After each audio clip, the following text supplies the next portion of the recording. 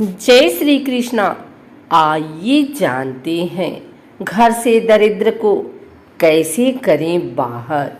दीपावली में धन की देवी लक्ष्मी के आगमन के बाद पौ फटने से पहले ही बांस की सूप बजाकर घरों से दरिद्र को बाहर खदेड़ा जाता है।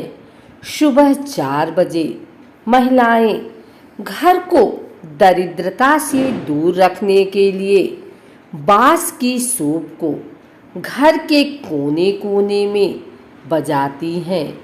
सदियों से चल रही इस परंपरा के अनुसार सूप बजाकर दरिद्र भगाने का संबंध सुख समृद्धि से जोड़ा गया है।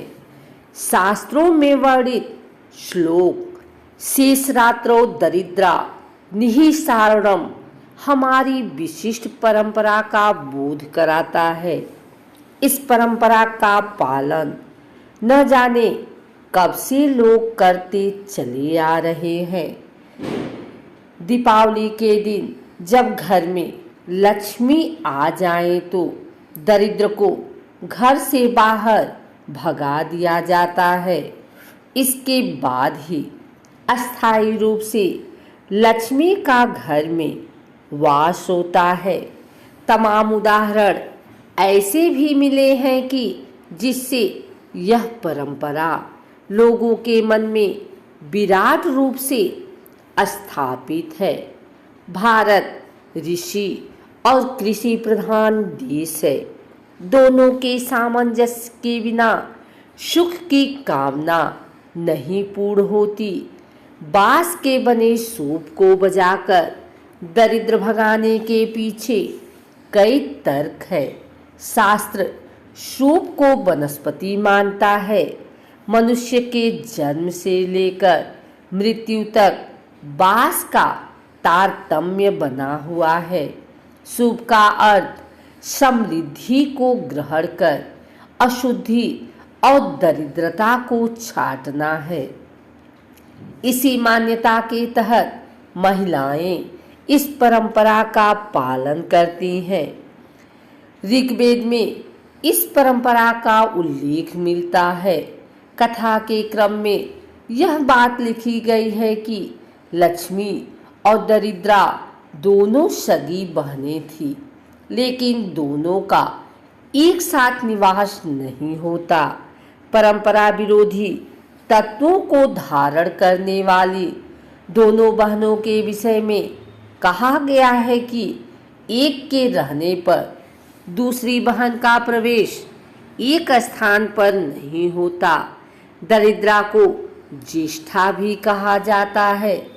दरिद्रा शाम होते ही पीपल, पाकड़, केले के पेड़, गूलर, कांटेदार व दूध युक्त वृक्ष का आश्रय लेती है। इसलिए इन वनस्पतियों को घर के सामने नहीं लगाने का निर्देश शास्त्र देता है।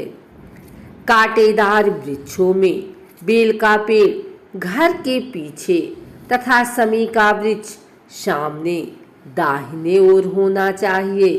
शास्त्र में इसे समृद्धि का द्योतक माना गया है। मदार और तुलसी का पौधा शुभ है। यह घर के सामने या फिर आंगन में लगाया जा सकता है।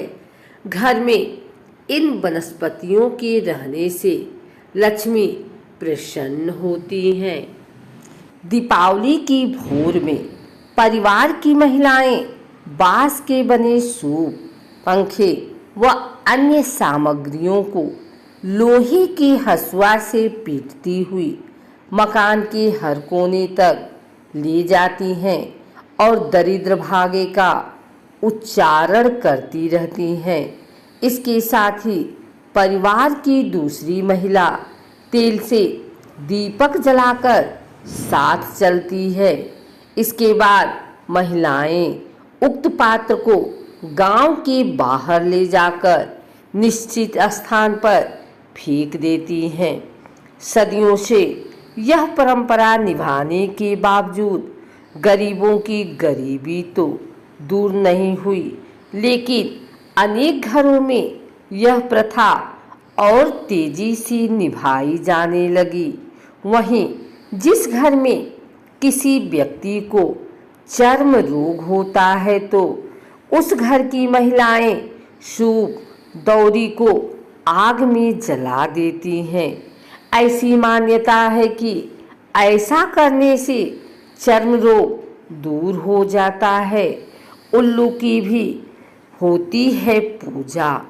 दीपावली पर उल्लू को लक्ष्मी का वाहन मानकर उसका पूजन करने के बाद महिलाएं तेल का दीपक जलाकर उसे निकलने वाले धुएं को कजरौटा में समेटती हैं और उसमें घी मिलाकर आँखों में लगाती हैं। उनका मानना है कि इससे आँखों की रोशनी कभी खराब नहीं होती है। यह सब मान्यताएं विज्ञान की कसौटी पर कितने खरे हैं इसका अंदाजा तो नहीं लगाया जा सकता, परंतु यह परंपरा पूर्व की भांति अभी भी निभाई जा रही है। जारी है जुआ खेलने की भी परंपरा। गांवों में दीपावली की पूर्व संध्या पर घर के बाहर यम का दीपक निकाला जाता है। इसमें एक कौड़ी डाल दी जाती है।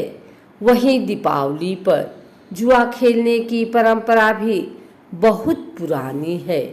ऐसी मान्यता है कि उक्त कौड़ी को अपने साथ रखकर जुआ खेलने पर जीत अवश्य होती है।